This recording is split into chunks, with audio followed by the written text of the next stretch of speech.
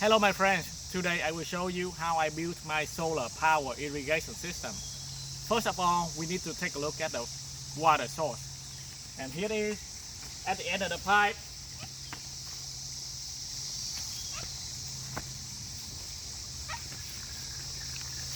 We need to get the water from the stream. And for any pump system, we need a foot valve. This blue piece is called a foot valve. It is very critical to any pump system. Inside of this blue tube here, it has a spring-loaded valve. It always pushes this way, so it seals the tube. When you have the tube downward like this, water won't leak out. Ew. It's when the pump is when the pump is working, it creates a negative pressure. It will suck the water this way all the way to the pump. It's so yucky. And when the pump creates a negative pressure, it compresses the spring here to this side. And of course the valve opens and it allows water to come through this filter housing to the tube and go to the pump. It is critical because you don't want the water to leak out of this valve and this tube. If the water doesn't exist in this tube, it will have vacuum. It will have air inside and your pump will burn out its plastic seal. Yeah. Okay, so let's get this back to the stream and then we will take a look at the pump system. So this is the pump itself. It is the heart of the irrigation system.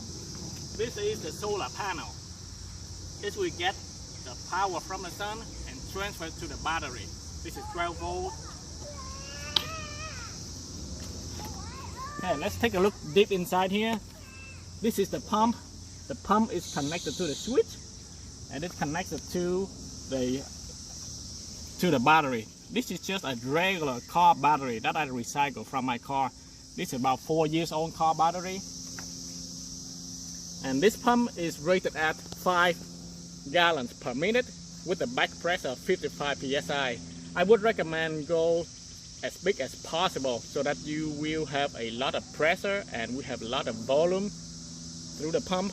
Otherwise, if you go with a smaller pump with smaller volume, you may not have enough pressure and water to push through the irrigation system. So the inlet is from the stream over there that we just looked at, the foot valve. It is about 60 feet from the pump to the stream. When the pump is turned on, the water is moving this way and go through this tube and go to the garden through the irrigation system. There are a couple of tricks that I would like to mention here. This is just a household regular light switch from your house. And instead of using the professional battery connectors, I just use the metal clamps here to secure the wires to the battery. And one thing here is when you want to connect the wires to the battery, you better hook it up from bottom up like this. Because when it vibrates, the wire will still be secured. It won't get loose and won't get disconnected from the battery. Versus if you connect the wire from top down like this, it is easier to do. But when it vibrates, it may get loose and get disconnected easily. So let's turn it on and see how it works.